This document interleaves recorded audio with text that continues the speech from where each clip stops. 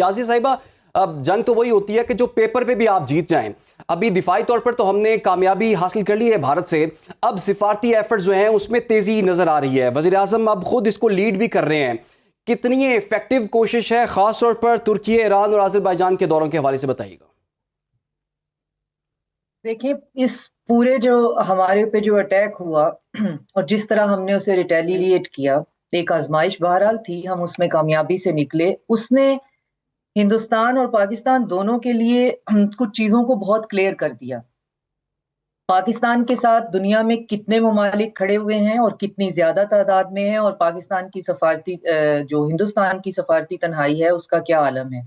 ये दो चीजें जो हैं वो आपके सामने जो हैं वो खुल के आ जाती हैं। हमारे साथ जो ममालिक खुल के अनकंडीशनल जो है वो खड़े रहे, उनकी तादाद इतनी ज्यादा है कि पूरा साल गुजर जाएगा और हमारे जो है वो प्राइम मिनिस्टर दौरे ही करते रहेंगे। लेकिन बहरहाल उन्होंने शुरुआत जो है वो अपने करीब और दोस्त ममालिक जो है उनसे की, उनके साथ जो है वो जाके वहां पे उनसे मिले, उनका शुक्रिया अदा किया। और इसके अलावा बाकी जो बायलैटरल इश्यूज होते हैं, तिजारत है, इसके अलावा जो इलाके का अमन है, फलस्तीन का मसला हो गया, जैसे कश्मीर का मसला है, इन सब पे भी बात हुई है। तो आप ये कंपैरिजन करें कि एक तरफ एक हारा हुआ इंसान है जो कि स्टेज पे खड़ा होकर कत्ल की धमकियां दे रहा है, कह रहा है कि चुप करके रोटी खाओ, नहीं तो गोली, गोली तो है ही, नहीं तो मेरी गोली खाओ। आपको बकायदा कत्ल की धमकी दे रहा है एक पूरी कौम को, एक पूरे मुल्क को। आप उसकी हालत देखें। और दूसरी तरफ एक लीडर है जो कि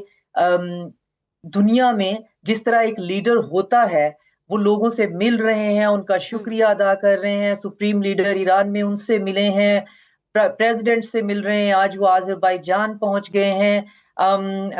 ताजिकिस्तान में उनकी जो ग्लेशियर समिट था उसको उन्होंने अटेंड किया है, तुर्की गए हैं। तो आप दोनों तनाजुर में देखें कि इस वक्त दुनिया क्या देख रही है, ऑप्टिक्स क्या है, इंडिया क्या ऑप्टिक्स दिखा रहा है और पाकिस्तान क्या ऑप्टिक्स दिखा रहा है, कि हम किस तरह एक इंतहाई जिम्मेदारी से ना सिर्फ एक क्राइसिस से निकले हैं, बल्कि उसमें से सुरखरू होके निकले हैं। और अब अपनी जो हमारी सिफारती ताल्लुकात जो पहले ही हमारे दोस्तों से इतने गहरे हैं, हम उनके साथ उनके पास जा रहे हैं, मजीद बात को आगे कर रहे हैं। और एक दूसरी तरफ एक लीडर है जो कि बिहार के इलेक्शन के लिए 26 लोगों की अपनी ही जान लेता है, और उसके बाद कल गुजरात में खड़ा होकर एक मुल्क उसके बच्चों को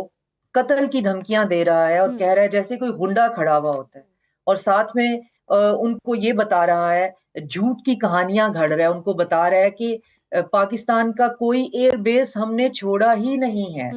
पाकिस्तान ने सफेद झंडा लहरा दिया। मैं हैरान हूं, उसकी तकरीर हमेशा से बड़ी कॉमिक होती है, अच्छी कॉमेडी देती है, लेकिन कल उसकी तकरीर के अंदर कॉमेडियन के साथ एक गुंडे का आपको रोल भी नजर आता है। जैसे एक बदमाश जो है वो भी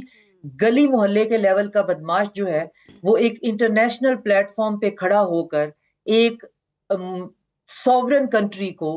मर्डर की जो है वो धमकियां दे रहा है। ये उसकी सोच है, ये उसकी जुबान है, ये उसका लहजा है, और ये दुनिया देख रही है। और उसके बाद फिर वहां का पैरेलल मीडिया कहता है कि इंडिया इतना आइसोलेट क्यों हो गया है, इंडिया के साथ कोई क्यों खड़ा नहीं हुआ। यकीनन इंडिया तो आइसोलेट आपको होता जा रहा जवाब है। मिल शाज़िया जाना साहिबा, चाहिए। आपने बहुत ही खूबसूरत और बेहतरीन अंदाज में कंपैरिजन किया है कि एक तरफ मोदी है और कितना झूठा प्रोपेगेंडा कर रहा है, इंतशार फैला रहा है, और दूसरी जानिब अगर हमारा मौकिफ देखते हैं उसको भी पजीराई मिल रही है, और वज़ीर आज़म शहबाज शरीफ जिस तरह से दौरे कर रहे हैं, राब्ते बढ़ा रहे हैं, सिफारती सतह पर भी हमें बहुत पजीराई मिल रही है। मसूद साहब, आपकी जानिब आऊंगी। जैसे कि शाज़िया साहिबा ने भी कहा कि किस तरह से वो गुंडागर्दी मोदी अब दिखा रहे अपनी, और कह रहा है कि रोटी खाओ वरना मेरी गोली खाओ। जिस तरह के बयानात मोदी की सरकार की जानिब से आ रहे हैं, आपको नहीं लगता ये सिर्फ पाकिस्तान के लिए बल्कि पूरी दुनिया के लिए और खित्ते के लिए बहुत बड़ा खतरा हो सकता है, अमन के लिए? तो दुनिया को इस पर अब कैसे रिस्पॉन्ड करना चाहिए? देखिए जी, शुक्रिया बहुत बहुत आपका। ये एक शिकस्त खुर्दा जहन की निशानी है कि वो इतने बड़े मुल्क का लीडर होने के बावजूद इतनी छोटी सोच रखता है, वो कि उसको अभी तक वो शिकस्त हजम नहीं हो रही,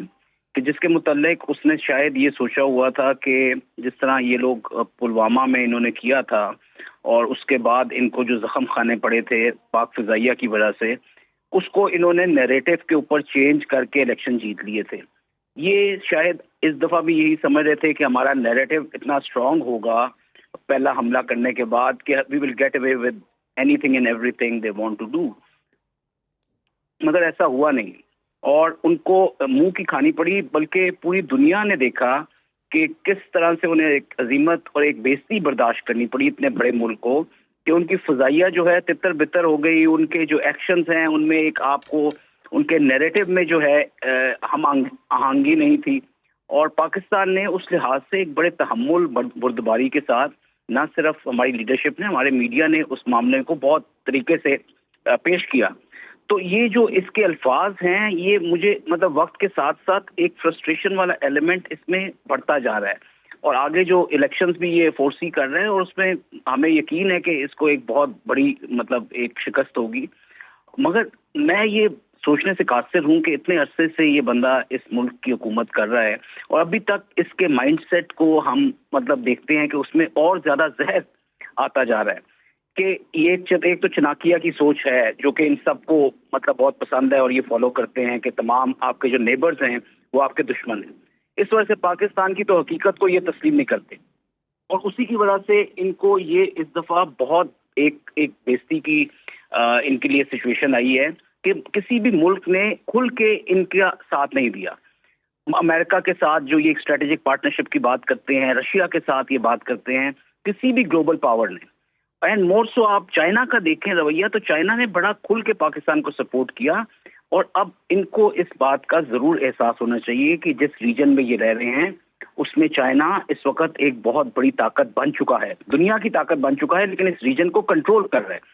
اور اس کے ساتھ اگر یہ تعلقات اس طرح سے رکھیں گے جس طرح رکھے ہوئے ہیں، تو چائنا اور پاکستان کی جو پارٹنرشپ ہے اس نے ان کو چیک میٹ کر دی ہے،